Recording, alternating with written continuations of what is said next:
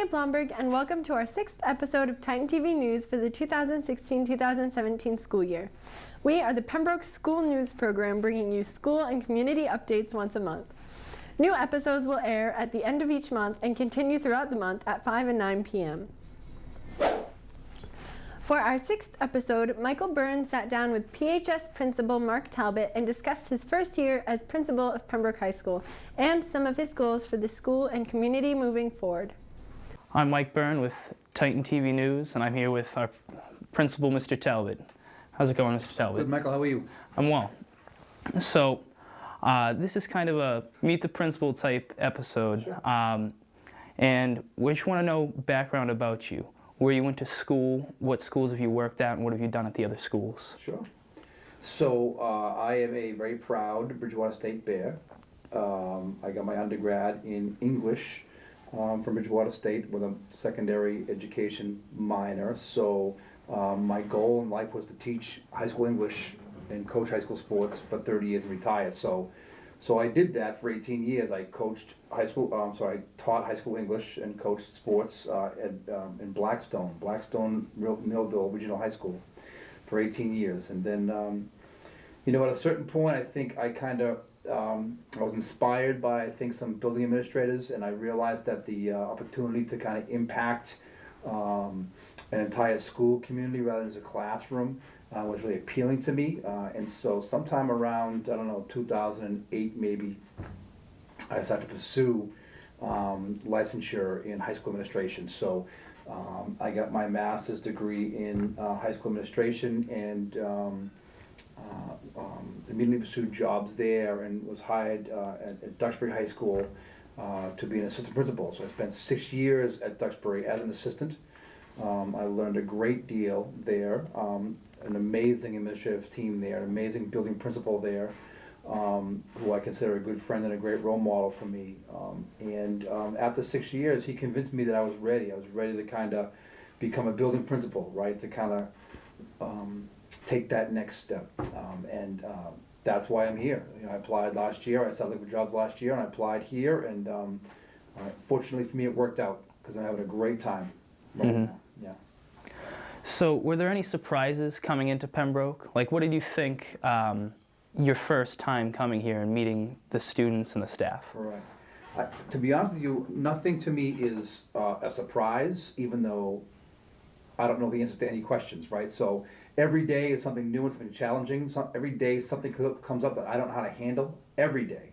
But that's not unexpected, right? So, everything that I had thought and hoped a principalship would be, that's what this is, right? So we have a dedicated and hardworking staff. We have a student body of exceptional young men and women, right? Great kids. And the community itself, right, from the parents to the businesses and the other schools in the district, the entire school community has been extraordinarily helpful and supportive. So that part has been terrific. The challenge for me is learning a new position, right, and doing that in a new school district. So I'm trying to learn how things happen in Pembroke, right, how we do things here, and I'm trying to learn how to be a building principal, right, and that is challenging. Certainly in some ways, with this promotion from within, so that if I was an assistant principal here, and I knew the lay of the land, and then it became the principal, right? That would be maybe it would have been an easier transition, but that's not the case. It's not the way it was, and that's fine, But those are the biggest challenges, trying to do those two things at once, Mm-hmm. Yeah. And with Pembroke, is there anything you want to implement here that was at your other school? Is there anything you want to see Pembroke doing in these next couple years under your leadership? Sure. I have lots of visions, certainly, and longer-term goals. I wouldn't say they necessarily stem from being at one particular school or another school. I think they're kind of my collective experiences, right? I mean, I've been teaching since 1991, so I've kind of been around for a little bit, and I've seen a lot happen in the world of education. But certainly, to answer your question, though, yeah, I would like to see us and our students interact with technology more than we do. And I think that we have some really good teachers who do really great things with technology. I think at some point we hit a wall because of access, or we hit a wall because devices. I really want to see us utilize our BYOD network here more. Okay, the entire building is now Wi-Fi accessible, every nook and cranny. So I would like to see students bringing devices more than just these, and they all bring these. I get that totally, and this is a device, but you're limited, obviously, educationally with this, right? But I'll take this as a start. I'd like to see some lessons incorporate this kind of technology, and then I want to see kids pulling out devices out of their backpacks and doing things in the library. I want that to become part of our culture, and that takes time. That's not going to happen this September or maybe next September, but that is the goal, certainly, right? I want to see that happen because when our students leave here, they're gonna need to know how to interact with technology. And I don't want our kids being behind the other students from across the globe with whom they're going to be competing.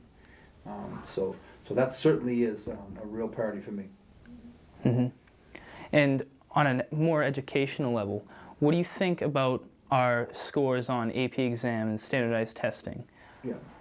So I think a couple of things, right? So I believe in the value of standardized testing. I do. Okay, I think it's important that we use those scores to not necessarily rate school performance. I don't think that should be the purpose of them. I think the purpose of a standardized test should be for us to see what it is that we need to improve upon to help our kids fill in gaps, right? Achievement gaps.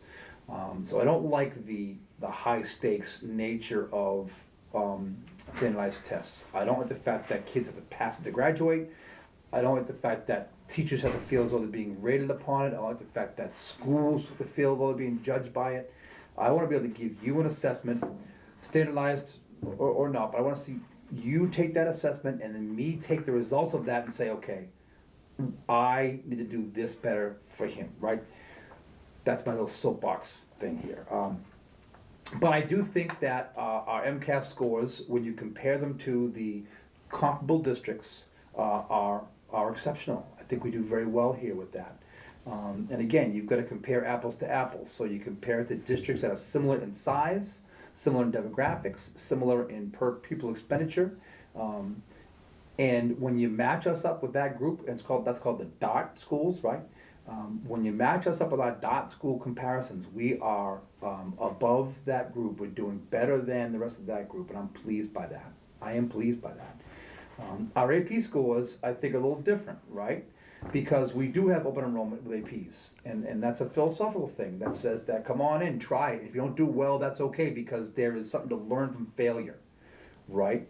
So that's our school's philosophy, come on in. And so when you have that philosophy, you can't necessarily then look at test scores and say you're not doing as well as that school right there, because that school right there doesn't have open enrollment. They have requirements, and you can't get in without an A+ average, and you can't get in without recommendations from teachers. So you're not comparing apples to apples at that point, right? So with the AP scores, I'm always looking at those scores, but I'm looking at it to see how we can fix instruction. I'm not looking at it to say we're not as good as them, right, with AP scores.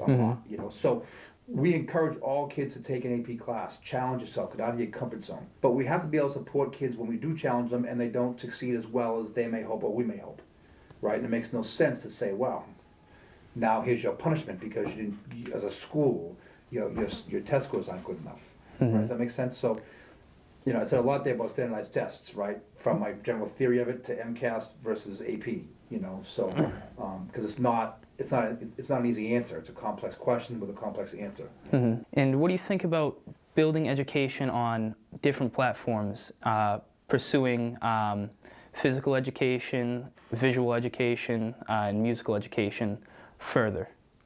If I had a magic wand, I would love to have more career-based options here for kids. I'd love to have more non-traditional college-based options here for kids. And I'd love to build up those programs that you're talking about. I think we have a sensational visual and fine performing arts department here. I think our PE and our athletic department do a fine job as well. we have wildly talented musicians, right?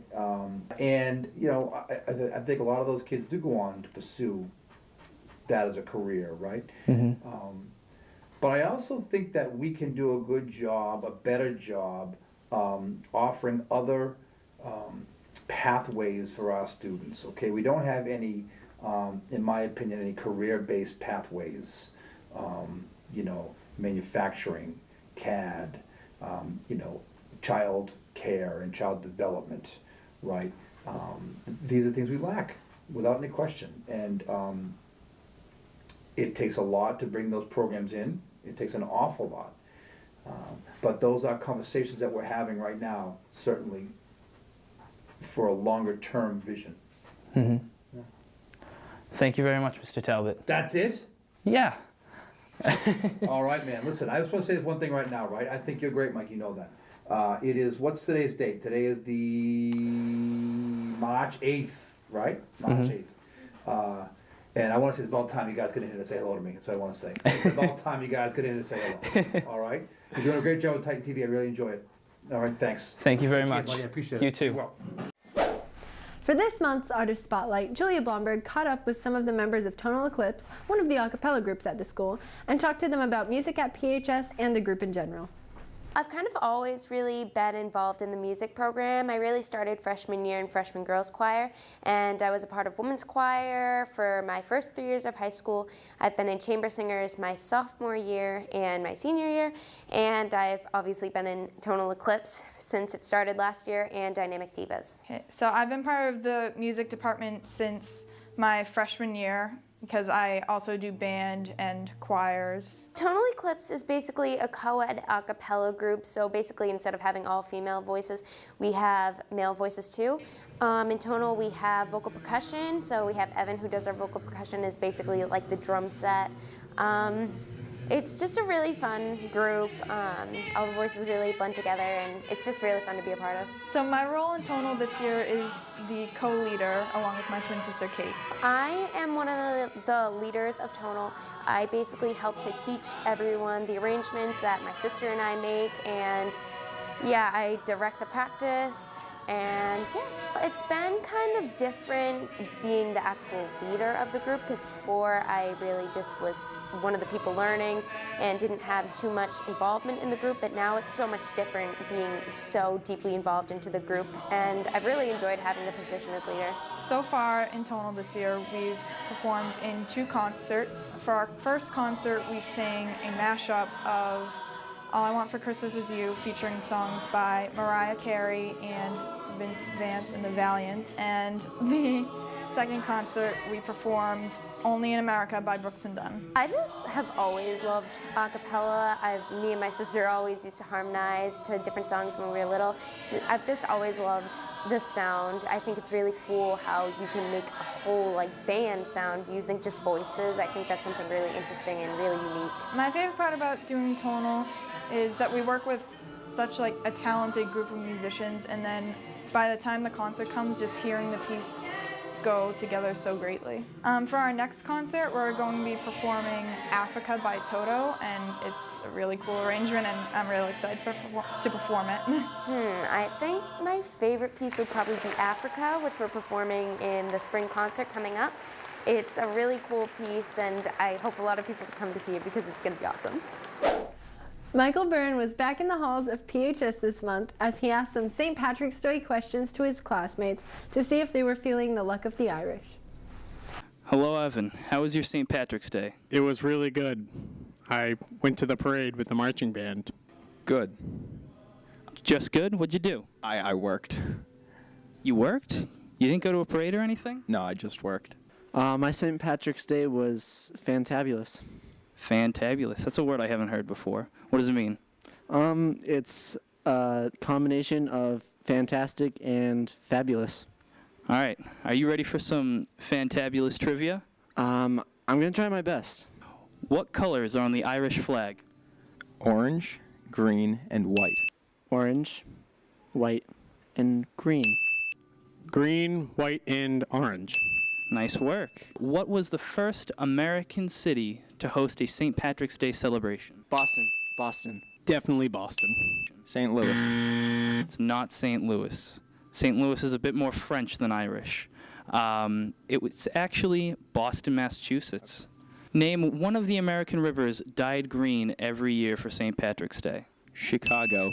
Hudson. The Nile. I don't know the other one then. It's the San Antonio. If you don't wear green on St. Patrick's Day, what happens to you? You get bit. You're un-American.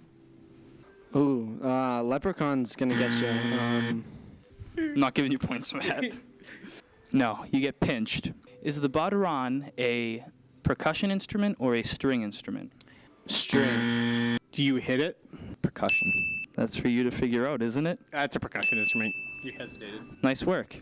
That does it for our 6th episode of Titan TV News. Just a reminder, if you are interested in watching previous episodes or any other programming, subscribe to our YouTube channel by searching Pembroke Titan TV. You can also get up-to-date previews and additional information from our Twitter account at Pembroke Titan TV. And if you have any questions or would like to find out more info, please visit www.pactv.org. Titan TV meets after school every Thursday in the Titan TV studio on the 3rd floor of the high school. I'm Julia Blomberg. Thank you for watching Titan TV News. We will see you next time.